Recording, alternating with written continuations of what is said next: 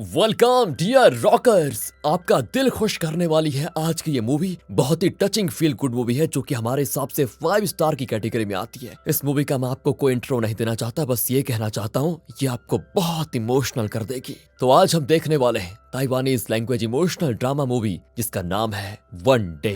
दोस्तों बहुत बड़ी मूवी है, आराम से बैठ जाइए और तैयार हो जाइए। मूवी की शुरुआत होती है हीरो के वॉइस ओवर में और वो अपने बारे में बताना शुरू करता है। वो कहता है कि हे, क्या आप मुझे देख पा रहे हैं? जाहिर है आपने नहीं देखा होगा क्योंकि आज ऑफिस में कॉस्ट्यूम पार्टी है और सभी अलग अलग कॉस्ट्यूम में आए हुए हैं, लेकिन मैंने ईंट की दीवार जैसा कॉस्ट्यूम पहना हुआ है और दीवार से चिपक कर खड़ा हूँ। अब अगर आप ये सोच रहे हैं कि मैंने दीवार का कॉस्ट्यूम पहना हुआ है इसलिए मुझे कोई नोटिस नहीं कर रहा और ना ही बात कर रहा है, तो आप सरासर गलत हैं। अगर मैं नॉर्मल ड्रेस में भी होता ना तब भी इनका यही बर्ताव होता, क्योंकि मैं एक इंट्रोवर्ट हूँ और मेरा नाम है डैन। यहाँ पता चलता है कि इंट्रोवर्ट होने की वजह से उसे किसी से भी बात करने में बहुत ज्यादा संकोच होता है और लोगों के बीच में वो कंफर्टेबल फील नहीं कर पाता। एक आईटी कंपनी में वो कई सालों से काम कर रहा है और ऑफिस का सिक्योरिटी तक उसे पहचानता नहीं। वो उसे एंट्रेंस पर रोक कर पूछता है कि तुम कौन हो और अंदर क्यों घुस रहे हो? डैन मुंह से बोलता भी नहीं कि मैं यहीं पर काम करता हूँ, बल्कि चुपचाप अपना आईडी कार्ड दिखाता है और सिक्योरिटी कहता है कि ठीक है अंदर जाओ।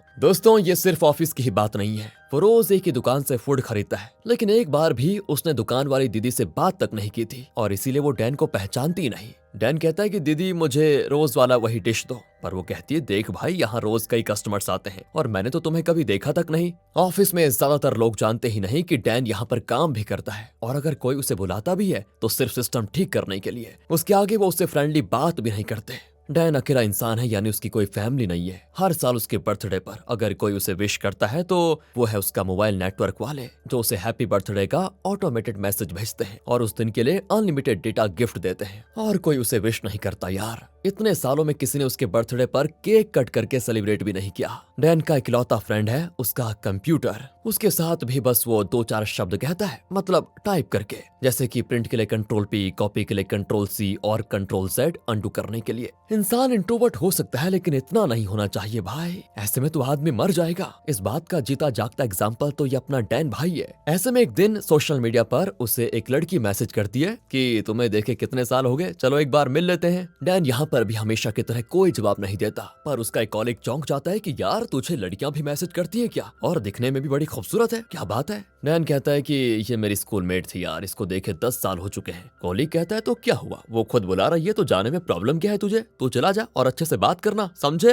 ये पुतले की तरह हमेशा की तरह बैठे मत रहना। अब डैन को थोड़ी हिम्मत आती है और वो उस लड़की को हाँ कर देता है कि मैं आ रहा हूँ। अगले सीन में दोनों एक रेस्टोरेंट में मिलते हैं। वैसे डैन बड़ा बोरिंग कैरेक्टर है तो कोई उससे उतने चाव से बात नहीं करता, लेकिन ये लड़की तो उससे बहुत ही अच्छे से बात करती है। पूछती है यार बताओ ना तुम कहाँ काम करते हो? मैं तो आईटी कंपनी में काम करता हूँ। और तुम कहाँ काम करती हो? इस तरह दोस्तों बहुत ही स्लो पेस में वो पूछता है। मैं तो एक फेस क्रीम की मार्केटिंग करती हूँ, तुम भी एक खरीद कर देखो तो हैंडसम हो जाओगे। एंड दोस्तों यहाँ पर डैन जान जाता है कि इसने दोस्ती के नाते मुझे नहीं बुलाया बल्कि अपना फेस क्रीम मुझे बेचना चाहती है ये। वेल अगर आप डैन की जगह यहाँ पर होते तो क्या करते दोस्तों? क्या उसे मना करके निकल जाते? जो भी हो कॉमेंट्स में लिख लीजिएगा बाद में। अब आप क्या लिखेंगे वो तो मैं नहीं जानता, लेकिन ये देखिए डैन क्या कहता है। डैन उसे ना नहीं करता, बल्कि वो लड़की तो एक बैग में बहुत सारे क्रीम्स लेकर आई थी और डैन उन सबको खरीद कर घर आ जाता है और उस क्रीम को मुंह पे लगाकर सोच में पड़ जाता है कि कोई भी सच्चा नहीं है यार इस दुनिया में, सब बनावटी दोस्ती जताते हैं। वो इमेजिन करता है कि अगर सबके माथे पे एक बटन होता और उसे प्रेस करने पर वो सिर्फ सच बोलते तो कितना बढ़िया रहता। एंड वो इमेजिन भी करता है कि वो उस लड़की के माथे का बटन प्रेस कर रहा है और वो लड़की कहती है मैं अपना फेस क्रीम बेचने ही तो आई थी तुम्हारे पास। इसी तरह वो ऑफिस में भी हर किसी को इसी तरह इमेजिन करता है और बटन प्रेस करने पे वो सिर्फ सच बोलते हैं। इंट्रोवर्ट लोगों की इमेजिनेशन दूसरे इंसानों से देखा कई गुना ज्यादा होती है। डैन तो अपनी कल्पनाओं में ही जी रहा होता है। कई महीने बीत जाते हैं। एक दिन उसका कॉलीग कहता है कि मार्केटिंग डिपार्टमेंट में एक सिस्टम खराब हो गया है तो जाकर देख लो जरा। डैन भी जाता है, वहाँ निया नाम की एक लड़की का सिस्टम खराब होता है और आज तक ऐसा हुआ है दोस्तों कि जब भी डैन किसी का सिस्टम ठीक करता है तो कोई उससे बात तक नहीं करता, लेकिन ये देखो निया उससे एकदम नॉर्मली बात करती है और पूछती है वैसे इसमें खराबी क्या है? डैन भी उसको बताता है तो वो कहती है ये तो मैं जानती ही नहीं थी, आप सच में जीनियस हो। और यहाँ जिंदगी में पहली बार किसी लड़की ने डैन की तारीफ की होती है। वो सिस्टम ठीक कर देता है और अब प्रिंट कमांड काम करने लगता है। निया बहुत ही खुश होती है और कहती है thank you so much Dan. Dan तो चौंक जाता है कि अरे आपको मेरा नाम पता था क्या? वो कहती है कि हाँ मैं तुम्हें बहुत अच्छे से जानती हूँ। नहीं मजाक कर रही थी, एक्चुअली मैंने तुम्हारा आईडी देखा, उस पे तुम्हारा नाम था और मेरा नाम है निया। इस ऑफिस में निया पहली इंसान है जिसने काम के अलावा डैन से कोई और बात भी की। इसी वजह से डैन को निया बहुत पसंद भी आ जाती है। अगले दिन से डैन निया को हर वक्त नोटिस करने लग जाता है, वो क्या करती है, उसे क्या पसंद है, क्या ना पसंद है, वगैरह वगैरह। निया क्रिसमस का स्पेशल डॉल सेट कलेक्ट कर रही होती है और फिलहाल उसे सारे डॉल्स मिल चुके हैं सिवाय एक के। अगर वो मिल जाए तो उसका कलेक्शन पूरा हो जाएगा। निया को हेडे जैसा एक फार्मिंग गेम खेलना बहुत ही अच्छा लगता है और उसका सबसे बड़ा ड्रीम है कि वो लाइफ में एक बार जापान घूमे और वहाँ का स्नो फेस्टिवल एंजॉय करे। उसके चेहरे पर अजीब सी उदासी छाई हुई है, हालांकि वो सबसे बहुत हंसकर बात भी करती है। तो इस तरह निया की हर बात अब डैन को पता होती है और डैन अपने दिमाग के घोड़े इस कदर दौड़ाता है कि वो कल्पना करने लगता है कि कौन बनेगा करोड़पति जैसे एक शो में वो बैठा हुआ है और उस शो में सिर्फ और सिर्फ निया के बारे में सवाल पूछे जाते हैं। डैन हर सवाल का सही जवाब देकर 1 करोड़ जीत भी जाता है। डैन की कल्पना को चकनाचूर करने आ जाता है कंपनी का सीईओ,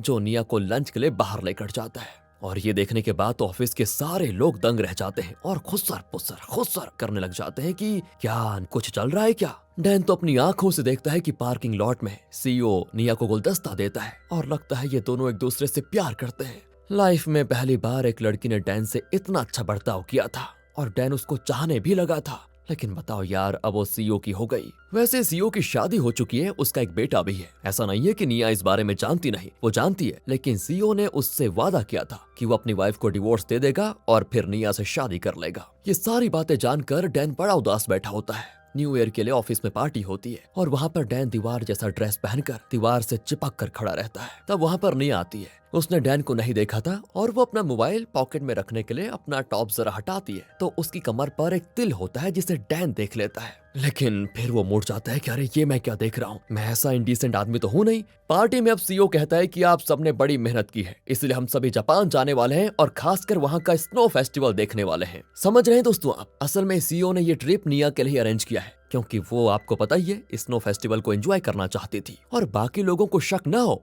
इसीलिए वो सबको लेकर जा रहा है। सभी बड़े खुश होते हैं कि चलो एक ट्रिप तो मिल गई कम से कम, लेकिन डैन उदास खड़ा रहता है। अब प्लान के मुताबिक सभी जापान पहुंच भी जाते हैं। पहले दिन तो वो आसपास घूमेंगे और दूसरे दिन स्नो फेस्टिवल एंजॉय करेंगे। उसके बाद उनके बड़े ग्रुप की एक फोटो ली जाती है जिसमें डैन बिल्कुल लास्ट में खड़ा होता है। फिर सभी अपने मन से आसपास के जगहों को एक्सप्लोर करते हैं। निया और सीईओ की जोड़ी अलग ही दिशा में घूमने चली जाती है और निया जो डॉल को कलेक्ट कर रही है ना, वो एक बॉल के अंदर होता है। तो निया उस वेंडिंग मशीन से एक बॉल खरीदती है, लेकिन उसमें तो वही डॉल निकलती है जो निया के पास पहले से है। उसे कोई नहीं चाहिए। तो वहां पर एक क्लॉक होता है जो हर घंटे भाप निकालता है और ये बात सीईओ जानता है। वो ठीक उसी वक्त पर निया से कह देता है कि सुनो, मैं एक मैजिक दिखाता हूँ। कहकर वो उस क्लॉक की ओर इशारा करता है तो ठीक उस वक्त उसमें से भाप निकलता है। निया भी हंसने लग जाती है और तभी सीईओ पूरा टॉपिक चेंज करके कहता है कि सुनो, मैं जल्दी अपनी वाइफ को डिवोर्स देकर तुमसे शादी करूंगा, ये मेरा वादा है तुमसे। ये सुनने के बाद निया बड़ी खुश होती है, लेकिन ये सब कुछ देखकर डैन बड़ा दुखी होता है। फिर सभी स्केटिंग कर रहे होते हैं तो निया गिर जाती है। डैन उसे उठाने आता है, लेकिन इतने में सीईओ वहां पर पहुंच जाता है और निया को हाथ देकर उठाता है। डैन का ये मौका भी निकल गया और तब उसका कलीग उसको एक मैजिक बेल दिखाता है और कहता है कि सुनो, जापानी लोग मानते हैं कि मन से कुछ सोचकर उस बेल को बजाओगे तो तुम्हारे दिल की वो मुराद पूरी हो जाएगी।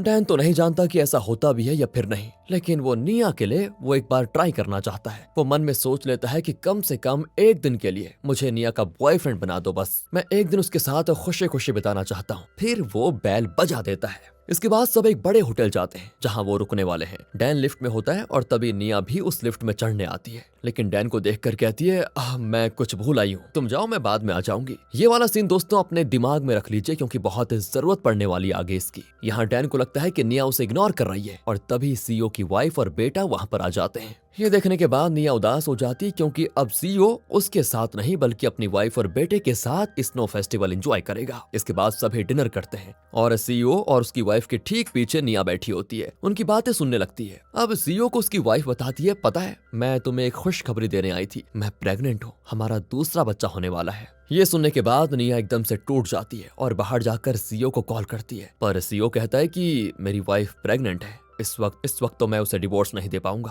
तुम एक काम करो, 1 साल रुक जाओ, फिर डिवोर्स होगा और मैं तुमसे शादी भी करूंगा। निया बहुत रोती है क्योंकि वो समझ जाती है कि सीईओ बस उसका इस्तेमाल कर रहा था। अगर वो सच में निया से शादी करना चाहता तो अपनी वाइफ को प्रेग्नेंट नहीं करता। वो बाथरूम में जाकर फूट फूट कर रोती है। उसका दर्द अब डैन से बर्दाश्त नहीं होता। अगले दिन सभी निकल जाते हैं, लेकिन निया बस में नहीं होती। डैन ये बात नोटिस कर लेता है और वो भी नहीं जाता। असल में निया अपने कमरे में बैठी रो रही होती है। उसके पास एक टिकट होता है जिस पर उन लोकेशंस की सील है जहां ये लोग घूमने गए थे। पर अभी तक उसमें बहुत सारी जगहों पर सील नहीं हुआ था क्योंकि अब तक वो वहां पर गए नहीं थे और आखिर में स्नो फेस्टिवल पर भी सील नहीं होता। अब निया चाहती तो अभी वहां पर जा सकती थी, लेकिन जब लाइफ में ऐसा भूचाल आ जाए तो कौन एंजॉय करेगा स्नो फेस्टिवल को, ये सोचकर वो उस टिकट को फाड़ देती है। फिर वो स्केटिंग करने के बहाने पहाड़ के ऊपर जाकर नीचे कूदने वाली होती है तो डैन उसको देख लेता है, लेकिन डैन को स्केटिंग नहीं आती। फिर भी वो दूसरे लोगों की मदद से निया को हर जगह ढूंढता है। वो नहीं मिलती तो डैन मायूस हो जाता है कि अब क्या करूं, लेकिन तब पता चलता है कि निया मिल गई है। वो निया के पास भागता है और खुशकिस्मती से निया बच गई होती है। अगले दिन निया हॉस्पिटल में आंखें खोलती है और जब उसे पता चलता है कि वो जापान में है तो वो पूछती है कि मैं जापान कैसे आ गई। डैन घबराकर पूछता है तुम ठीक तो हो ना निया?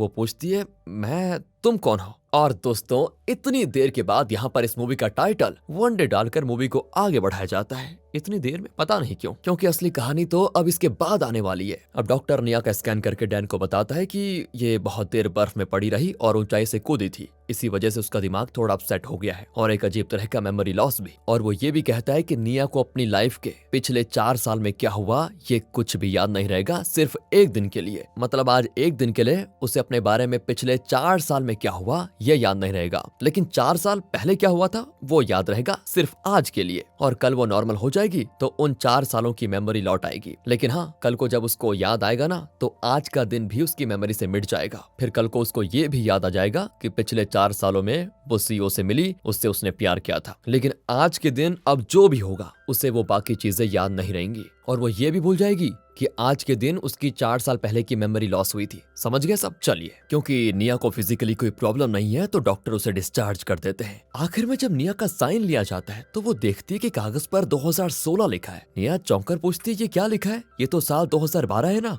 अब डैन उसे सच बताना चाहता है, लेकिन वो ये नहीं कहता कि तुमने खुदकुशी करने की कोशिश की थी, बल्कि ये कहता है कि एक छोटा सा एक्सीडेंट हुआ था तुम्हारा, तुम पिछले 4 सालों की बातें भूल चुकी हो। पर डरो मत, सिर्फ आज के लिए ये प्रॉब्लम है, कल तुम्हें सब याद आ जाएगा। वो निया को अपने मोबाइल पर ऑफिस का ग्रुप फोटो दिखाकर कहता है देखो हम सभी ऑफिस टूर के लिए जापान आए हैं। निया हैरान हो जाती है लेकिन समझ जाती है कि डैन सच कह रहा है। पर वो कहती है फोटो में तुम कहाँ पर हो? ओह यार, डैन उसे जूम करके दिखाता है कि ये देखो सबसे लास्ट में खड़ा हूँ मैं। ओह ये तो तुम ही हो, बाकी सब कहाँ गए? डैन कहता है वो सभी निकल गए हैं। वो सभी निकल गए हैं तो फिर हम यहाँ पर क्या कर रहे हैं? देखो और भी बहुत लोकेशंस है जहाँ हमें घूमना था, इसलिए मैं तुम्हारे साथ हूँ। निया पूछती है तो क्या तुम मेरे बॉयफ्रेंड हो क्या? डैन तो डगमगा जाता है कि अब क्या कहूँ। और तब उसे उस मैजिक बेल के बारे में याद आता है जहाँ उसने ये मांगा था कि बस एक दिन के लिए मैं निया का बॉयफ्रेंड बन जाऊं। वो सोच लेता है कि लगता है यही वो दिन है जब उसे निया का बॉयफ्रेंड बनने का मौका मिला है। वो कहता है कि हाँ मैं ही तुम्हारा बॉयफ्रेंड हूँ। पर निया को शक होता है और पूछती है हम दोनों ने मिलकर फोटोज भी तो लिए होंगे, वो दिखाओ जरा। डैन कहता है एक्चुअली मुझे फोटो के लिए पोज देना अच्छा नहीं लगता, इसलिए हमने साथ मिलकर फोटोज क्लिक किए ही नहीं। निया तो भड़क कर कहती है अच्छा तो फिर मैं कैसे विश्वास कर लूं कि हम दोनों बॉयफ्रेंड गर्लफ्रेंड हैं? और इस ग्रुप फोटो में भी देखो ना, मैं कहीं और पर खड़ी हूँ और तुम कहीं और पर। डैन बहाना बनाता है कि अरे वो इसीलिए क्योंकि ऑफिस में कोई नहीं जानता कि हम दोनों एक दूसरे से प्यार करते हैं, इसीलिए तो हम अलग अलग खड़े हुए थे। अब डैन सबसे बड़ा झूठ कहता है कि वो कंपनी जहाँ पर तुम काम करती हो मैं उसका सीईओ हूँ। निया अपना फोन मांगती है तो डैन उसको दे देता है, लेकिन बहुत देर बर्फ में पड़े रहने से वो काम नहीं करता। निया कहती मुझे तुम्हें देख कर जरा भी प्यार नहीं हो रहा, पता नहीं क्यों। ना तो तुम सीईओ जैसे दिखते हो और ना ही स्मार्ट हो, फिर मैं तुमसे प्यार कैसे कर बैठी पता नहीं लग रहा मुझे। यहाँ तक कि बालों में कंघी तक नहीं की है तुमने, मैं कैसे बिलीव कर लूं? नहीं नहीं, मुझे यकीन ही नहीं हो रहा कि मैं तुमसे प्यार करती थी। और तब डैन को वो कॉस्ट्यूम पार्टी याद आती है जब डैन दीवार पर चिपक कर खड़ा था और निया वहां पर आई थी। तब उसने फोन रखने के लिए अपना टॉप जरा हटाया था और तभी डैन ने उसकी कमर में एक तिल देखा था। अब वो बताता है कि तुम्हारी कमर पर एक तिल है ना? निया चौंक जाती है, इसे कैसे पता चला? ओह कहीं ये सच में मेरा बॉयफ्रेंड तो नहीं? और अब क्योंकि वो थोड़ा यकीन करने लगी है तो डैन बाथरूम में जाकर कंघी कर लेता है, नाक के अंदर से बाल तक उखाड़ कर दर्द के मारे चिल्लाता भी है बेचारा। आखिर में मस्त साफ सुथरा होकर बाहर आता है। फिर दोनों घूमने निकलते हैं, लेकिन निया अभी भी परेशान दिखती है, पता नहीं उसके दिमाग में क्या चल रहा है। तब डैन वो टिकट दिखाता है जो निया ने फाड़ डाला था। डैन ने तो उस पर टेप चिपका कर जोड़ दिया होता है। वो कहता है कि देखो अब हमें इन जगहों पर घूमना है और आखिर में जाएंगे हम तुम्हारे फेवरेट प्लेस पर यानी स्नो फेस्टिवल में। लेकिन स्नो फेस्टिवल देखने की ख्वाहिश निया को पिछले 4 सालों में हुई थी और क्योंकि वो उन 4 सालों को भूल चुकी है तो अब उसे स्नो फेस्टिवल देखने का कोई खास इंटरेस्ट नहीं होता। वो पूछती है ये बताओ ये टिकट फटा क्यों है? अरे तुमने ही तो फाड़ा था इसको, असल में तुम मेरे साथ ये सारी जगह देखना चाहती थी, लेकिन मैंने काम का बहाना किया तो तुम नाराज हो गई और बताओ तुमने ये फाड़ डाला। निया तो बिलीव ही नहीं कर पाती कि डैन जैसे आदमी के लिए उससे इतना प्यार था। वाओ, डैन कहता है तुम्हें विश्वास तो करना पड़ेगा क्योंकि हम दोनों इतना प्यार जो करते थे, हम दोनों बिल्कुल एक दूसरे के लिए तो बने हैं। अब चलो ना अपना टूर शुरू करते हैं। निया साफ मना कर देती, मुझे कहीं जाने में कोई इंटरेस्ट है ही नहीं, तुम अपने रास्ते जाओ और मुझे अपने हाल पे छोड़ दो। लेकिन डैन हर जगह उसके पीछे जाता है। रोड क्रॉस करने के लिए वो निया का हाथ पकड़ता है तो निया हाथ छुड़ा कर कहती है, देखो अगर ये सच भी है कि हम दोनों लवर्स थे तो फिलहाल मुझे कुछ याद नहीं आ रहा, इसलिए प्लीज मुझे छोड़ दो और सोच लो कि आज हमारा ब्रेकअप हो गया, बस बात खत्म। और अगर कल भी तुम मुझे याद रहे तो वो अलग बात है, देखा जाएगा। तुम जैसे आदमी से मैंने प्यार किया होगा ये मैं सपने में भी नहीं सोच पा रही हूँ। डैन का चेहरा दोस्तों एकदम से उतर जाता है और पूछता है कि मेरे जैसा आदमी, तुम कहना क्या चाहती हो? अरे तुम्हारा चेहरा, तुम्हारे बाल, तुम्हारा ड्रेस, कुछ भी मुझे अच्छा नहीं लग रहा, तुम मेरे टाइप की हो ही नहीं। इस पर डैन बिल्कुल ब्लैंक हो जाता है और चुपचाप सड़क पार करने लग जाता है। गाड़ी के नीचे आते आते रह जाता है बेचारा। निया उसको आवाज भी देती है दूर से कि अरे तुम्हें कुछ सुनाई नहीं देता क्या? डैन चाहता तो इसी वक्त उसे छोड़कर जा सकता था, लेकिन निया को कुछ याद नहीं है और यहाँ पर वो अकेले कैसे मैनेज करेगी ये सोचकर वो अपना दर्द आखिर दिल में दबाकर वापस निया के पास आ जाता है। कहता है ठीक है तुम्हारी जो मर्जी वो करो, लेकिन मुझे बहुत भूख लगी है, पास ही में एक रेस्टोरेंट है, मुझे अकेला जाना बड़ा अजीब लग रहा है, तो तुम भी चलो मेरे साथ। निया को भी थोड़ा उसके लिए बहुत बुरा लगता है और वो डैन के साथ उस रेस्टोरेंट में जाकर खाने लगती है। यहाँ के जापानीज डिशेस डैन को बिल्कुल नहीं जचते और उसे तो हर डिश को टेस्ट करके उल्टी ही आ जाती है। उसके चेहरे के रिएक्शंस देखकर निया जी भर के हंसती है कि वाह यार तुम बहुत कॉमेडी हो। फिर कहती है वैसे इसके बाद मैं होटल रूम में बैठकर करूंगी भी क्या, तुम कुछ लोकेशंस बता रहे थे ना, चलो वहीं घूमते हैं। इस पर तो डैन की खुशी का ठिकाना होता ही नहीं। दोनों मस्त ट्रेन में निकलते हैं। निया थोड़ी देर में डैन के कंधे पर अपना सर रखकर सो जाती है। डैन को तो लगता है कि जैसे ये ट्रेन जमीन पर नहीं बल्कि हवा में तैर रही है। विंडो से जरा सी धूप की आ जाती है तो वो टिकट से उसे ब्लॉक करने लग जाता है ताकि निया के चेहरे पे धूप न पड़ जाए। आखिर वो पहले स्पॉट पे पहुंच जाते हैं जहाँ का नजारा वाह बड़ा ही लुभावना होता है। निया बड़ी खुश होकर पूछती है कि अगर सच में तुम मेरे बॉयफ्रेंड हो तो कभी मेरी आंखों में आंखें डालकर बात क्यों नहीं करते तुम हैं? डैन कहता है वो एक्चुअली बचपन से मुझे किसी की आंखों में देखकर बात करने की आदत नहीं है ना, इसीलिए बस। अच्छा तुम्हें आदत नहीं है आंखों में आंखें डालकर बात करने की, तो फिर मुझे तुमसे प्यार कैसे हो गया?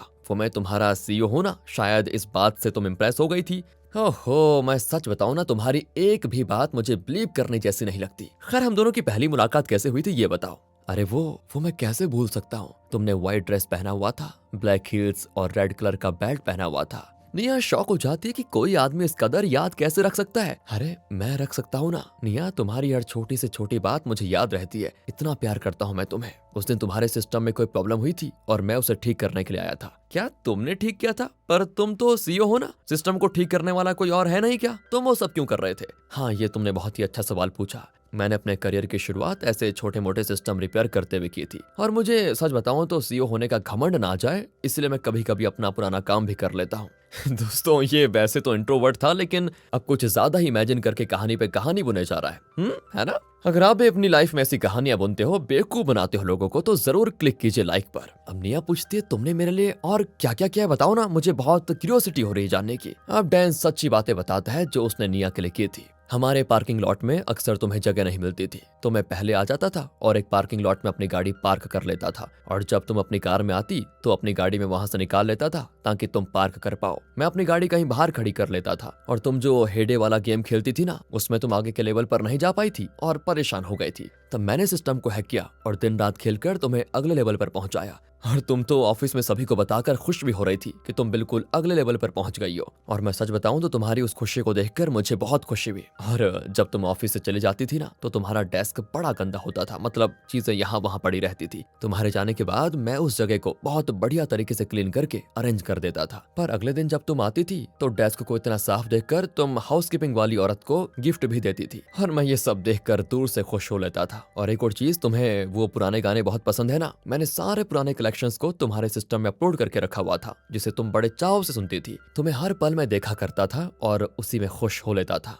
पर तुम्हें तो भनक भी नहीं लगी कि मैं ये सब कुछ कर रहा हूँ। सारी बातें सुनने के बाद निया बड़ी खुश होती है लेकिन उससे यकीन ही नहीं होता कि कोई उसके लिए इतना सब कैसे कर सकता है। रास्ते में डैन के फोन पर एक मैसेज आता है जिसको देखकर डैन फोन अंदर रख लेता है। निया उसका मोबाइल ले लेती है और कहती है देखो तो जरा कौन तुम्हें मैसेज कर रहा है। उसमें मोबाइल नेटवर्क से मैसेज आया होता है कि आज आपका बर्थडे है और इसी खुशी में आज आपको अनलिमिटेड डेटा फ्री में दिया जा रहा है। निया पूछती है, अरे तुम्हारा सच में बर्थडे है क्या आज? डैन हाँ में जवाब देता है। तुम्हारी उम्र क्या है? मैं 30 साल का हो चुका हूँ। बाप रे 30 साल, मैं तो बस 24 की हूँ। डैन कहता है, सुनो महारानी, तुम पिछले 4 सालों को भूल चुकी हो। उसके हिसाब से अब तुम्हारी उम्र 28 साल है। तुम बस मुझसे 2 साल तो छोटी हो बस। ओ हाँ यार, ये बात तो तुमने बिल्कुल ठीक कही। मुझे तो 30 साल के अंदर ही शादी करनी है, उसके बाद क्योंकि बहुत देर हो जाती है ना लड़कियों के लिए। इस तरह बातों बातों में वो हर जगह घूमते हैं, एंजॉय करते हैं। डैन ने मैजिक बेल से जो मांगा वो पूरा होते होते देखकर वो बड़ा खुश होता है। निया भी बड़ी खुश है। उनके टिकट पर अब सारी जगहों की सील लग जाती है। वो एक जगह पर रुकते हैं जहां निया का फोन काम करने लगता है। अब डैन तो बौखला जाता है कि अब क्या होगा, कहीं मैं फंस ना जाऊं। उसमें क्लिक किए फोटोज को देखकर निया पूछती है कि अगर तुम मेरे बॉयफ्रेंड हो तो ये आदमी हर जगह मेरे साथ फोटोज में क्यों खड़ा हुआ है? वो असल में दोस्तों सीईओ के बारे में ही पूछ रही है। डैन कहता है, अरे वो कंपनी का एक एम्प्लॉय है। निया कहती है, पर दिखने में तो यही बॉस लगता है और तुम एम्प्लॉय लगते हो। डैन कहता है, यार तुम्हारी बातों से ना मुझे चक्कर आ रहे हैं, कहीं और चले क्या?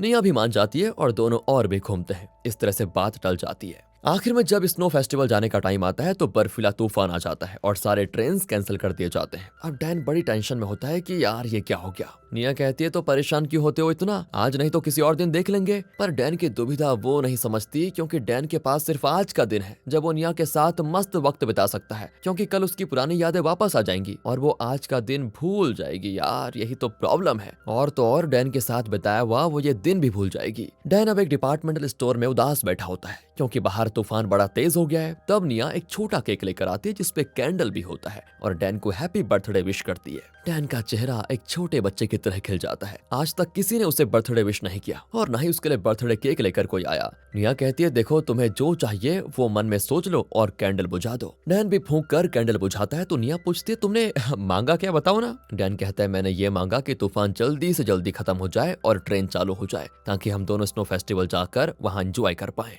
यार ये क्या बात हुई, तुम अपने लिए कुछ नहीं मांगते क्या? हमेशा मेरे बारे में सोचते रहते हो। डैन कहता है, तुम भूल गई हो, लेकिन मैं नहीं भूला कि स्नो फेस्टिवल में जाना तुम्हारी लाइफ का सबसे बड़ा सपना था और मैं कभी नहीं चाहूंगा कि तुम वो खुशी मिस करो। यही मेरी लाइफ का सबसे बड़ा सपना है, तुम्हें वो स्नो फेस्टिवल एंजॉय कराना। निया को डैन की हर बात अब बड़ी अच्छी लगने लगती है। वो डैन को धीरे धीरे चाहने लगती है। वो कहती है, मुझे कुछ याद नहीं, लेकिन क्यों ना हम पहले से शुरू करें। मैं यहाँ पर खड़ी हो जाती हूँ और तुम वहाँ से आना और कोई अच्छी सी कविता सुनाकर मुझे इम्प्रेस करना। डैन भी हिम्मत जुटाकर पास आता है और कहता है कि तुम्हें जो चोट लगी थी वो ठीक हुई भी या फिर नहीं है? अरे मुझे कब चोट लगी थी? अरे वो कहते हैं ना, परियां स्वर्ग से जमीन पर कूदती हैं, तो तुम भी आसमान से कूदी होंगी तो चोट तो तुम्हें लगी होगी, इसीलिए पूछ रहा था कि तुम्हारी चोट कैसी है।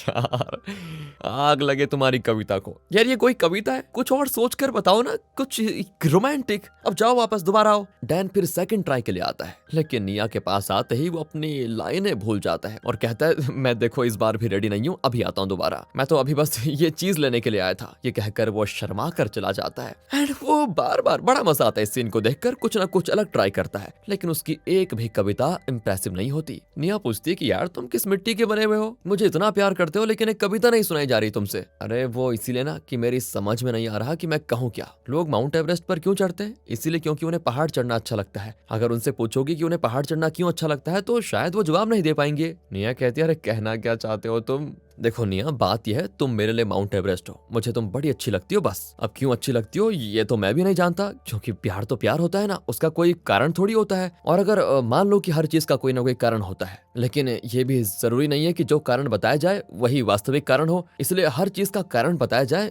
ये सही नहीं होता। मैं बस इतना जानता हूँ कि तुम मेरी जान हो। निया देखती रह जाती है उसे कि ये क्या बकबक कर रहा है और वो इस तरह डैन से प्यार करने लग जाती है। इतने में तूफान ढल जाता है और ट्रेन भी चालू हो जाते हैं। दोनों स्नो फेस्टिवल देखने ट्रेन में जाते हैं, खूब मजे करते हैं। वहां पर जाकर निया एक वेंडिंग मशीन में फिर उस क्रिसमस डॉल के लिए ट्राई करती है और ये देखिए इस बार निया के लिए आता है सरप्राइज, क्योंकि उस बॉल में वो डॉल होती है जो निया के कलेक्शन में है नहीं। आखिर वो स्नो फेस्टिवल में पहुंच जाते हैं। बहुत खूबसूरत होती है ये जगह और तरह तरह के गेम्स होते हैं। एक दूसरे का हाथ पकड़कर वो उस जगह की सैर करते हैं। वहाँ पे एक चर्च होता है और दोनों वहाँ पर जाते हैं। डैन कहता है, तुम 30 की उम्र से पहले शादी करना चाहती थी ना, क्यों ना अभी शादी कर ले। ये कहकर वो अंगूठी जैसी टॉफी ट्रॉफीज को एक दूसरे के हाथ में पहनाते हैं और खुश हो लेते हैं कि चलो शादी हो गई। फिर दोनों होटल लौट आते हैं और अब इस पॉइंट पर निया डैन से बिल्कुल प्यार कर बैठी है और इसीलिए उसके साथ इंटीमेट होना चाहती है। लेकिन डैन को एहसास हो जाता है कि नहीं यार, मैं बहुत बड़ी गलती कर रहा हूँ। मुझे लगता है निया को मुझे सब सच बता देना चाहिए। तो वो निया की एक उंगली पकड़कर अपने माथे पे दबाता है और हमेशा की तरह इमेजिन कर लेता है कि उसके माथे पे बटन है और उसे निया दबा रही है। अब उसे सच बोलना ही पड़ेगा। वो कहता है कि सॉरी निया, ये गलत है। निया कहती है गलत क्यों है? क्या गलत है? अरे हम एक दूसरे से प्यार करते हैं, झूठ मूठ की सही, अपनी तो शादी भी हो चुकी है, फिर ये गलत कैसे हुआ? अब डैन उसे सच बता देता है कि ना तो मैं कंपनी का सीईओ हूँ और ना तुम्हारा बॉयफ्रेंड। उन फोटोज में जो तुम्हारे पास खड़ा है वही है असली सीईओ और तुम्हारा असली बॉयफ्रेंड भी। मैं तो बस एक मामूली एम्प्लॉय हूँ। मैं तो तुम्हारे साथ एक दिन खुशी से बिताना चाहता था, लेकिन इंटीमेट होकर नहीं, बल्कि तुम्हें खुश देखकर। निया का गुस्सा हद पार कर जाता है कि इतनी देर तुम मुझसे झूठ बोलकर मुझे धोखा देते रहे, कितने चीप निकले तुम। कहकर वो डैन का बैग बाहर फेंक देती है, उसे मारती है कि अभी निकल जाओ यहाँ से, अभी क्या अभी। फिर वो सीईओ को कॉल करती है। हालांकि निया को उसके बारे में कुछ याद नहीं। वो पूछती है क्या तुम मेरे बॉयफ्रेंड हो, पर उस तरफ से जवाब आता है कि काम की बात कल ऑफिस में करेंगे, अभी फोन रख दो। उस तरफ उसके बच्चे की आवाज भी आ रही होती है। अब निया एकदम से कंफ्यूज हो जाती है कि इतनी देर जो मेरे साथ था ना वो मेरा बॉयफ्रेंड है, और जिससे वो मेरा बॉयफ्रेंड कह रहा है वो भी एकदम अजनबी की तरह बात कर रहा है। ये सब हो क्या रहा है, ये भगवान। वो बाहर आती है तो वहाँ डैन अपना बैग और नीचे गिरी हुई चीजें उठा रहा होता है। बेचारा किसी चीज को बहुत देर से ढूंढ रहा था। निया पूछती है तुमने जिसे मेरा बॉयफ्रेंड बताया वो तो ऐसे बात कर रहा है जैसे मुझे जानता तक नहीं, और किसी छोटे बच्चे की रोने की आवाज भी आ रही थी। अब डैन सच बता देता है कि सीईओ उसकी शादी हो चुकी है और एक बेटा भी है उसका। अच्छा, तो क्या वो मुझे धोखा दे रहा था? नहीं निया, तुम जानती थी, तुम मतलब ये जानती थी कि उसकी शादी हो चुकी है, लेकिन उसने तुमसे वादा किया था कि वो अपनी वाइफ को डिवोर्स देगा और तुमसे शादी कर लेगा। तुम उसके साथ मिलकर स्नो फेस्टिवल देखना चाहती थी, लेकिन वो तुम्हें छोड़कर अपनी वाइफ और बेटे के साथ यहाँ घूम फिर कर एंजॉय कर रहा था। और तो और उसकी वाइफ फिर प्रेग्नेंट है और उसका दूसरा बच्चा भी होने वाला है। मुझे लगता है कि उसे अपनी वाइफ को डिवोर्स करने का कोई इरादा था ही नहीं, वो बस तुम्हें इस्तेमाल कर रहा था। और यही बात तुम जान गई थी और परेशानी में तुमने खुदकुशी करने की कोशिश की। तब तुम नीचे गिरी और तुम्हारी पिछली 4 साल की याददाश्त एक दिन के लिए चली गई। अच्छा, तो क्या मेरा कोई एक्सीडेंट नहीं हुआ था? डैन कहता है कि नहीं, तुम खुद मरने गई थी, लेकिन मैंने तुम्हें बचाया। दुख के मारे निया को लगता है जैसे कोई भारी चीज उसके गले में अटक चुकी है और वो सांस नहीं ले सकती। मैंने तुमसे सच्चा प्यार किया है निया, लेकिन मैं बस तुम्हें दूर से देखा करता था। तुम्हें तो पता भी नहीं था कि ऐसा कोई है जो हमेशा तुम्हें देखता है और तुम्हारे बारे में सोचता है। तुम्हारे लिए मैं तो एक अजनबी था। किसी के कहने पर मैंने वो मैजिक बेल बजाया और मन में सोचा कि एक दिन के लिए मुझे तुम्हारा बॉयफ्रेंड बनकर तुम्हारे साथ वक्त बिताने का मौका मिल जाए। और किस्मत तो देखो वही हुआ,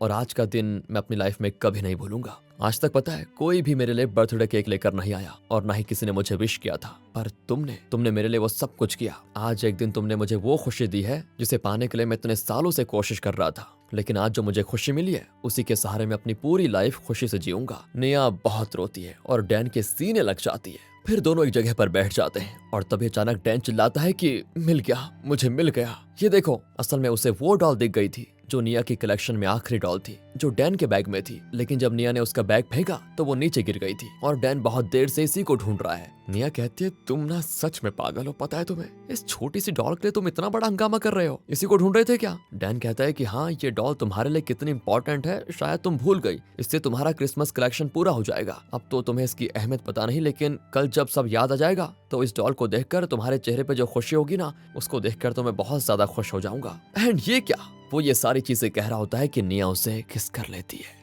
सच जानने के बाद वो डैन से प्यार करने लगी है। वो कहती है अब मुझे उस सीईओ का मुंह तक नहीं देखना, मुझे तो तुम्हारे साथ जीना है बस।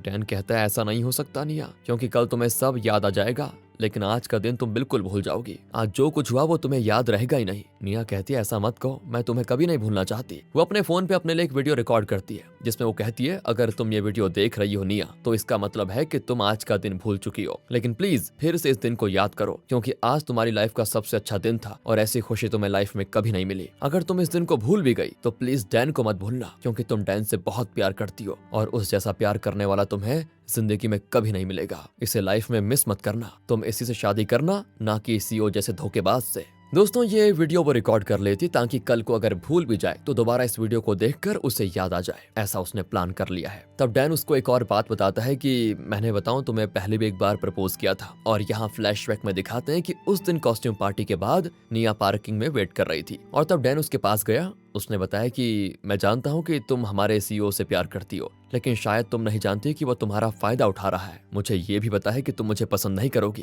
क्योंकि मैं तुम्हारे टाइप का आदमी हूँ ही नहीं, लेकिन एक वादा मैं कर सकता हूँ कि अगर तुम मेरे साथ रहोगी ना तो बहुत खुश रहोगी, तुम्हारी लाइफ का हर पल खुशियों से भर जाएगा। लेकिन उस वक्त निया उसकी किसी भी बात को सुनना नहीं चाहती थी और वहां से निकल जाती है। उसके बाद जब डैन ऑफिस लिफ्ट में होता है, और दोस्तों यही वो सीन है जो मैंने आपको कहा था कि याद रखना। उस वक्त निया वहां पर आती है, लेकिन क्योंकि डैन ने निया से जो कह दिया था, मतलब जो प्रपोज वाली बात, तो वो निया को अच्छी नहीं लगी। इसीलिए वो डैन के साथ लिफ्ट में आने के बजाय बहाना करके चली गई थी। प्रेजेंट में डैन कहता है ये वीडियो रिकॉर्ड मत करो क्योंकि कल तुम सब भूल जाओगी और उस वाली निया को मेरा चेहरा तक पसंद नहीं आएगा। निया रोती है कि अगर मैं भूल भी जाऊं तो तुम्हें तो याद रहेगा ना, तुम आकर मुझे बताना और मुझे सब कुछ याद दिला देना और ये वीडियो मुझे दिखाना ना मेरा, फिर मुझे सब याद आ जाएगा। प्लीज डैन मेरी मदद करो, मैं तुम्हारे जैसे इंसान को अपनी लाइफ में मिस नहीं करना चाहती। डैन मान जाता है। फिर होटल रूम में दोनों एक साथ वक्त बिताते हैं। निया सो जाती है तो डैन उसे बेड पर लेटा देता है और बस डैन और निया का वनडे खत्म हुआ। जब सुबह होगी तो निया आज का दिन भूल जाएगी और पहली वाली निया बन जाएगी। सुबह होती है और निया को कल के बारे में कुछ याद नहीं। उसे बस इतना याद है कि सीईओ ने उसके साथ खिलवाड़ किया और वो खुदकुशी करने गई थी। उसके बाद का उसे कुछ भी याद नहीं है कि मुझे डैन ने बचाया, फिर ये हुआ वगैरह वगैरह। पर हाँ, उसकी उंगली पर अंगूठी जैसी वो टॉफी पहनी होती है जिसको देखकर वो कुछ समझ नहीं पाती कि ये मेरे हाथ में कैसे आ गया। आपको तो पता ही है कि डैन ने उसे अंगूठी पहनाई थी। वो रिसेप्शन में पहुंचती है तो वो बताते हैं कि आपका देखो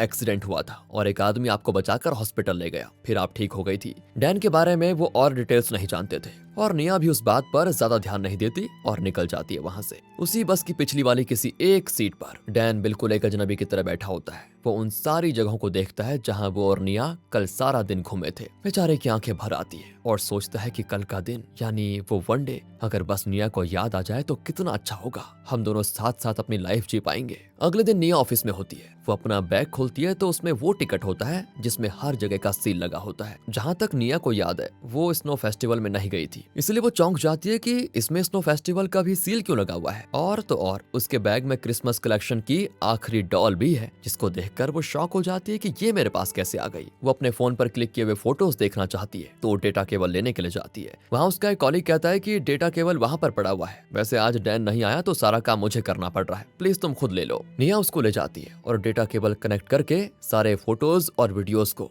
अपने सिस्टम पर देखती है। तो एक वीडियो में निया स्नो फेस्टिवल में होती है। निया के समझ में नहीं आता कि मैं तो स्नो फेस्टिवल में गई नहीं, फिर ये कैसे आया और मेरी वीडियो शूट कौन कर रहा है। निया की कॉलीग कहती है ये जैकेट किसका पहन के रखा हुआ है तुमने। पर निया को एक बात साफ दिखाई देती है कि वो बहुत ही खुश है और ये सच्ची खुशी है। अब तक निया हंसती थी लेकिन वो बनावटी हंसी थी, अंदर वो परेशान रहती थी। लेकिन उसे इस वीडियो में अपनी खुशी और एंजॉयमेंट देखकर लगता ही नहीं कि उसे कोई दुख भी है, एकदम खुलकर हंस रही होती है वो। इस वीडियो के अलावा उसमें कोई और वीडियो नहीं होता। इतने में सीईओ आ जाता है और कहता है कि मैंने तुम्हें इग्नोर किया, इसके लिए माफ कर दो, बस 1 साल इंतजार करो, मैं जरूर उसे डिवोर्स दे दूंगा और तुमसे शादी करूंगा। निया कहती है कि देखो हम सब कुछ भूल जाएं, यही हम दोनों के लिए बेहतर होगा, मैं तुम्हें छोड़ रही हूँ और आइंदा मुझे तंग मत करना। कहकर निया चली जाती है और यहाँ कहानी जरा पास्ट में जाती है। निया को होटल रूम में सुलाकर डैन ने उसके फोन से वो वीडियो डिलीट कर दिया था जिसमें निया ने रोते हुए कहा था कि प्लीज डैन को भूल मत जाना, उससे शादी करना, सीईओ धोखेबाज है, उससे हमेशा दूर रहना। और डैन ने वीडियो डिलीट इसीलिए की क्योंकि वो ये सोच रहा था कि अगर कल के दिन निया मुझे देखकर पसंद नहीं करेगी मुझे और तब मैं उसे जबरदस्ती वीडियो दिखाऊंगा कि मुझसे प्यार करो, तुमने पहले कहा था कि मैं तुमसे शादी करूंगी, तो ये बात सही नहीं है। उसे जब तक खुद मुझसे प्यार नहीं हो जाएगा दोबारा, तब तक मैं कुछ नहीं करूंगा। इसीलिए डैन तो वो स्नो फेस्टिवल वाली वीडियो भी डिलीट करने वाला होता है, लेकिन उसमें निया बड़ी खुश दिख रही थी। उसे डिलीट करने का उसका मन नहीं किया। उस वनडे की याद में डैन अपनी बाकी की जिंदगी गुजारने जा रहा है। दोस्तों यो यार ये नहीं हो सकता, ये मूवी खत्म कर दी यहीं पर। मैं सच बताऊं तो मुझे बड़ा गुस्सा आ रहा है इस डायरेक्टर पर, क्या है ये। ओह चलो अच्छा, चलो जान बचा ली डायरेक्टर ने इसका ऑल्टरनेटिव एंडिंग देकर। तो उस एंडिंग में डैन ऑफिस से अपनी सारी चीजें लेकर काम छोड़कर जा रहा होता है। तब निया आती है और पूछती है तुम काम छोड़कर क्यों जा रहे हो। डैन भी उसके साथ बात करता है और दोनों साथ में लिफ्ट से नीचे आते हैं। तब निया कहती मैंने पहले तुमसे ज्यादा बातें तो नहीं की, पर न जाने क्यों ऐसा लग रहा है कि मैंने तुम्हें बहुत करीब से जाना है। ये बातें कहकर वो लिफ्ट से बाहर निकलती है और ये है मूवी का परफेक्ट एंडिंग, क्योंकि पहले निया ने डैन के साथ लिफ्ट में आने से इनकार कर दिया था, पर अब वो डैन के साथ आई और उससे अच्छे से बात भी करी है और वो सीईओ को भी भूल चुकी है। तो शायद अब चांसेस हैं कि वो डैन को पसंद करेगी। वो वनडे की बात तो उसके दिमाग से मिट चुकी है, लेकिन जरूर उसके दिल में उस एक दिन की याद कहीं ना कहीं तो बसी होंगी। इसलिए उसने कहा कि मुझे लगता है कि मैं तुमसे बहुत करीब से मिली हूँ। उम्मीद करते हैं कि निया डैन के साथ बिताए हुए पलों को भूलने के बजाय फिर एक बार डैन से प्यार करेगी और दोनों खुश रहेंगे। और स्नो फेस्टिवल में उसने जो जैकेट पहना हुआ था वो डैन का था। हो सकता है कि फ्यूचर में निया को डैन बता दे कि वो जैकेट मेरा था और हम दोनों ने मिलकर स्नो फेस्टिवल एंजॉय किया था। टॉफी रिंग एक दूसरे को पहनाकर हमारी शादी भी हुई थी, ये बातें वो बता देगा। इसी उम्मीद के साथ डैन के चेहरे पे एक स्माइल आती है।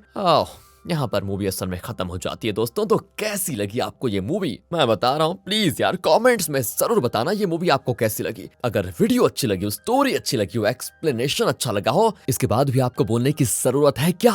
लाइक और सब्सक्राइब प्लीज दोस्तों, ताकि हमें प्रोत्साहन मिले। मिलते हैं आपसे अगली वीडियो में। ध्यान रखिएगा अपना, क्योंकि बहुत जरूरी है। Thanks for watching.